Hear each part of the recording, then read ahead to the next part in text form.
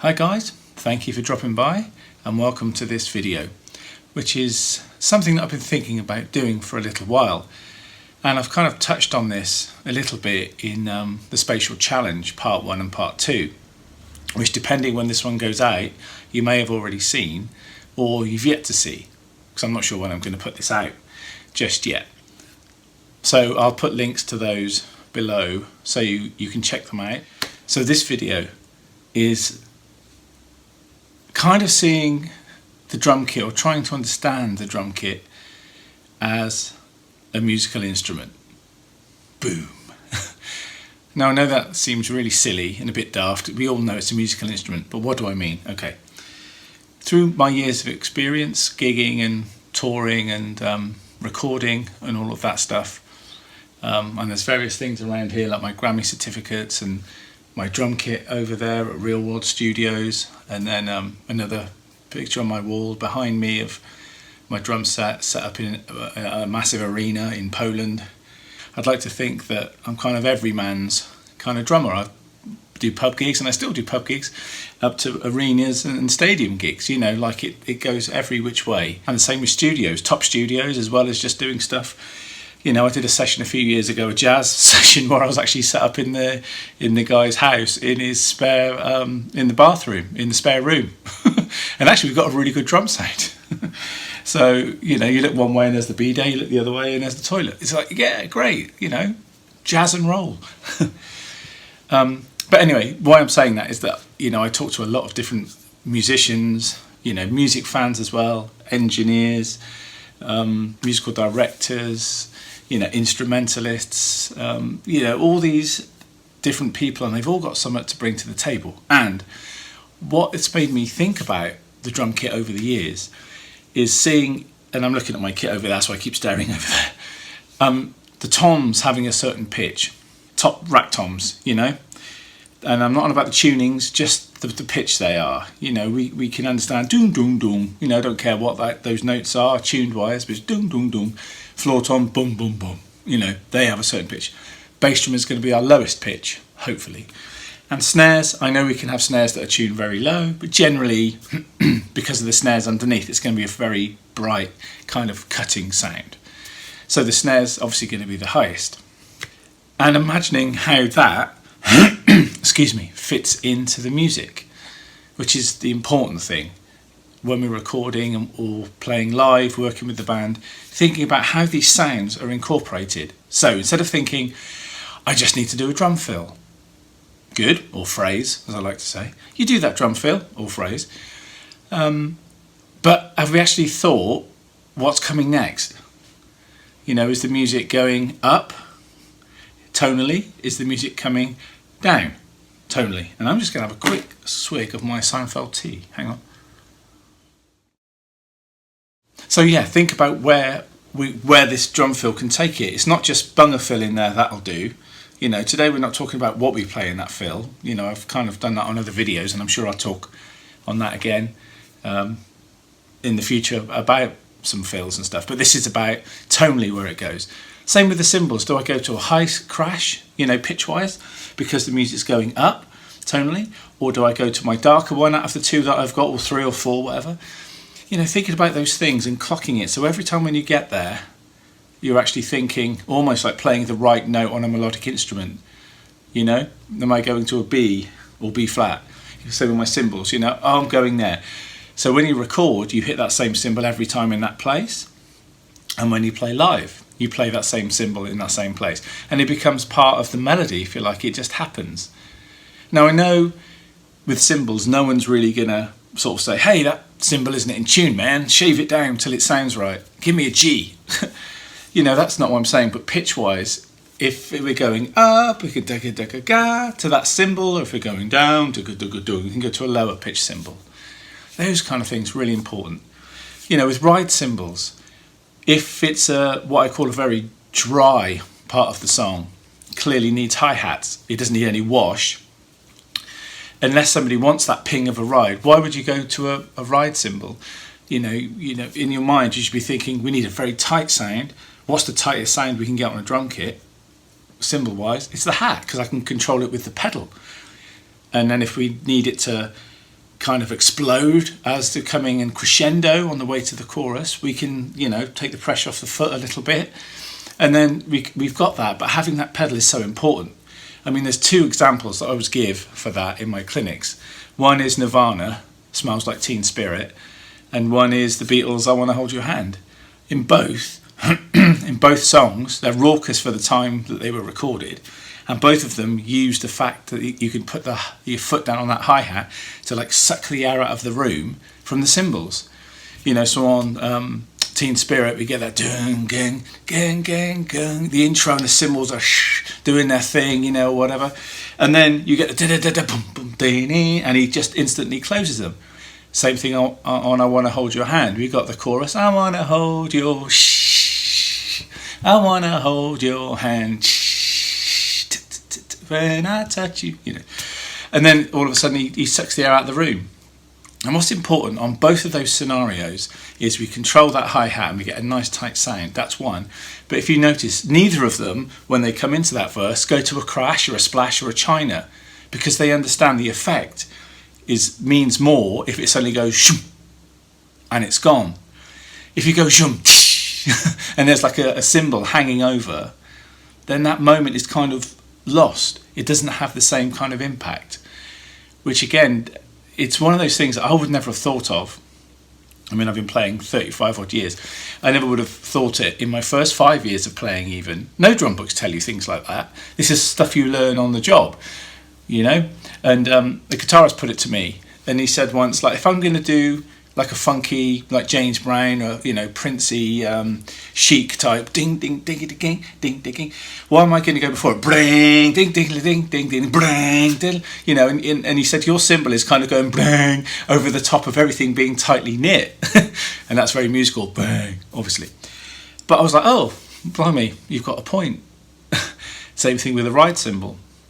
And then there's have been other times, to be honest, where I've not played the ride in a very tight, kind of section, and people said, do you know what, can you just go to the ride to give it a little bit of air? In which case, that's fine. As I say, this is just, you can't write this in stone. This is just things that I've learned, and this is like opinion and subjective, but they're good rules to have in your head that you could use, because they definitely are useful, and I've definitely used them.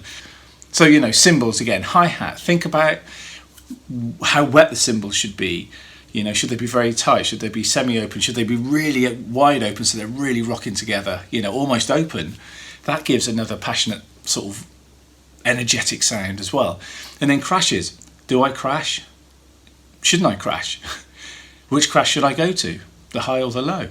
And the splash is another one. Splashes they're amazing things, and I love what Manu Katché does with splashes, and Stuart Copeland, and it's just amazing. They're awesome things. But again, they can be overused. So maybe think about your splash placement. Because I was watching a band a little while ago, and the drummer, every time they broke it down into, like it was a 12/8, dum, dum, dum, cat, dum, dum, dum, dum, cat. They were doing that sort of groove. And I was watching it on YouTube thinking, yeah, this is cool. And every now and again, it'd be like, psh, on the splash. And I instantly thought of that guitarist. And I thought, I mean, again, it's subjective, But it just felt like it broke the mood. They had gone down to this sort of 12/80 bluesy thing, and it was kind of feeling good. And then all of a sudden you get a out of nowhere, and it kind of broke the mood. Again, someone might have said, can you play that? I love it. But then again, somebody might have not have done that, and it could just be something that, he did or she did. I can't remember who was on drums, but it was just kind of one of those things that for me broke the spell. So as I say, I'm not saying it's wrong. And if you do that, it's cool. But also think about not doing it. Think about what that adds to the music as well. Because remember, like Miles Davis said, it's not always what you play, it's what you don't play. So having all these, and I always challenge my students, I say, try and keep that groove going or that mood for as long as you can till you have to break it. And the only reason to break it would be a build-up or a phrase, stroke fill, going into the next section. So, does that make sense? YouTube world? It's really hard. It's a bit like the Spacial challenge. It's really hard to keep on one thing. But the Spacial challenge is a challenge in that way. But when you do this with your band, it's got to be a musical choice. So I wouldn't want you to think, oh, I'm spatially challenging now. You'd be thinking, this section is full on, so I'm full on. But I don't want to break that energy. I'm going to keep it going. And the same thing if it was a quiet section or whatever kind of material you're doing, you can put this into that scenario. And if you have any questions, obviously write to me and ask me, because I'm very passionate about this. And if you're a fan of my YouTube thing, I say fan, but if you're a follower, and I appreciate everyone who is, or you're new to this, and please feel free to wander around and have a look at the other videos. But there's clearly some technical stuff in some of the playing I do on the pad or the brushes, and then there's other times where there isn't. And I'm always trying to walk that tightrope between technique and musicality. It's a phrase by DVD, which I can't really plug because I haven't got any left. They've all gone. But so that's not a big sale, folks, because I haven't got any. But for those who've got it, thank you for buying it. But yeah, I don't battle with those two things, but I like them to run side by side. My musical head is running the meter, is running as fast as the meter that's the technical side. And for me, I want a nice medium of both. And as I get older and I'm teaching more and mentoring more, and if you want to contact me about any of that, please do. Here's the email address, he says, or I might just put it at the end, who knows. Then please do so, contact me. But I get more passionate about how the drums are sitting in the music. So yes, I spend a lot of time working on all my one-handed rolls and technique around the kit and all that business, and then click work and working with brushes and listening to music and stuff. But that last one, listening to music, I think is really, really crucial, and seeing your instrument, your drum kit, as a melodic musical instrument. So as I say, I'm not expecting you to start tuning them in G's, D's, E's or whatever. That I'm not. That's a whole video by somebody else. That's cool too. But this is more about necessity, and tone and placement. Do I need to just go da-da-dum boom? Do I need to do that? Do I need the da-da boom on the floor tom? Or could I just go da-da-da? Do I need to crash afterwards? And when you start thinking like that, you learn the cliches for a reason. It's important, and I think that's very important. But then you can learn to break away a little bit and think, I don't need to do that. And actually, do I need to do any fill on beat 4 at all?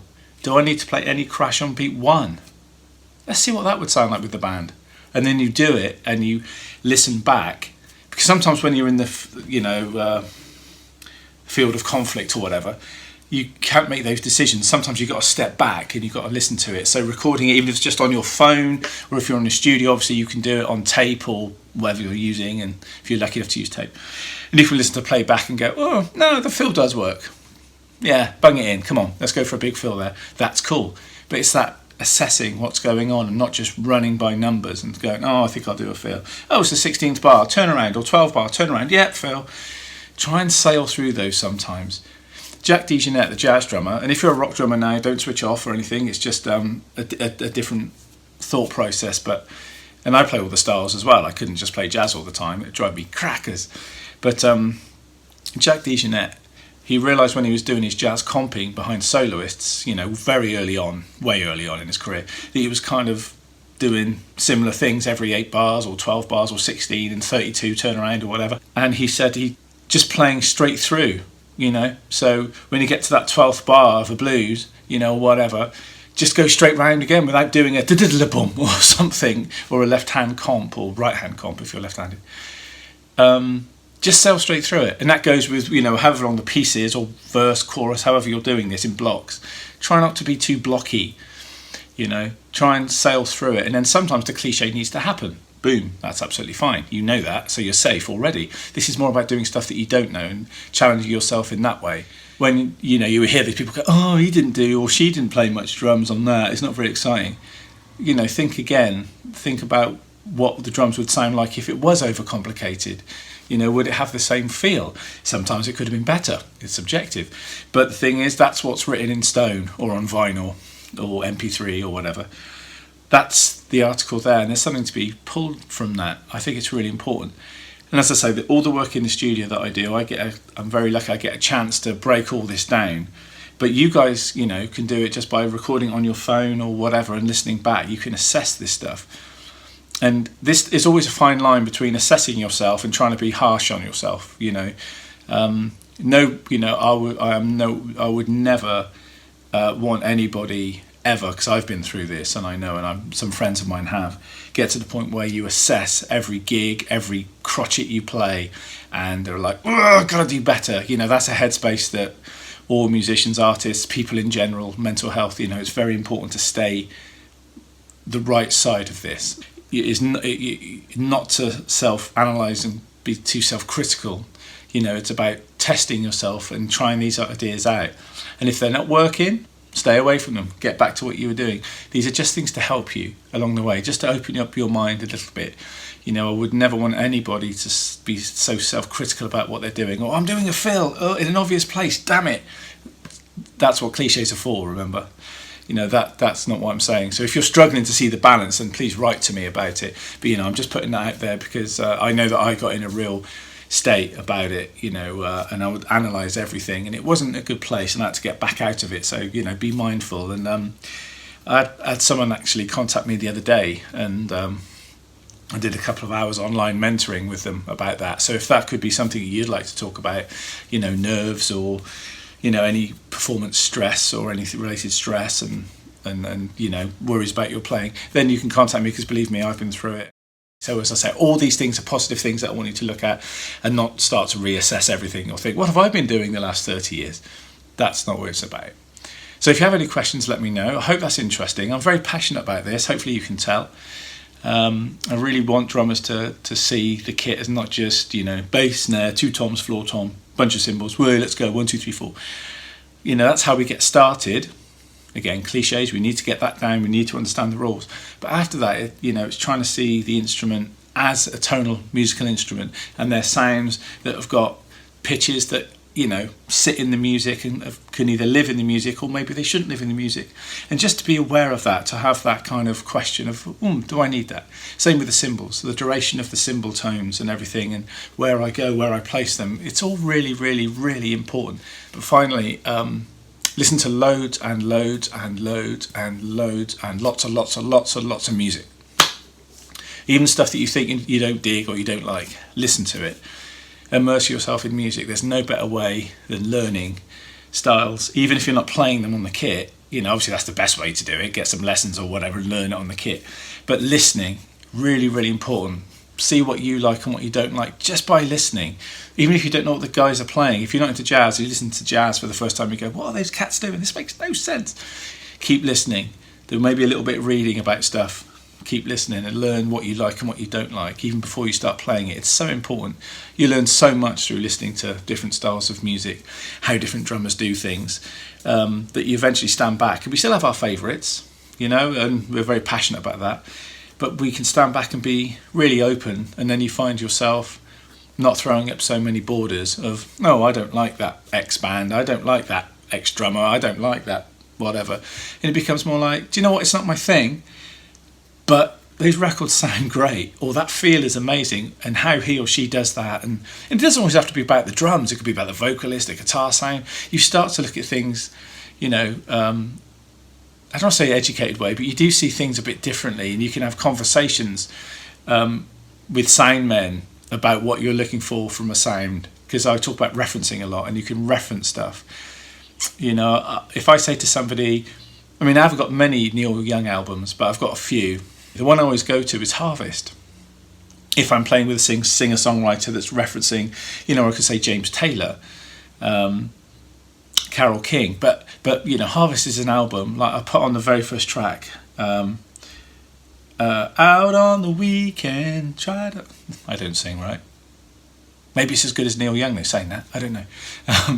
But out on the weekend, the drum sound, the harmonica sound, the way that band sounds, it's just a thing, that when you're trying to pinpoint something that's a modern singer-songwriter working on something, I can say, if I know it's getting into that zone, I can say, hey guys, can we just reference Harvest a minute, because that could really, now it doesn't mean we're going to copy it, so it just means that we're going to reference it.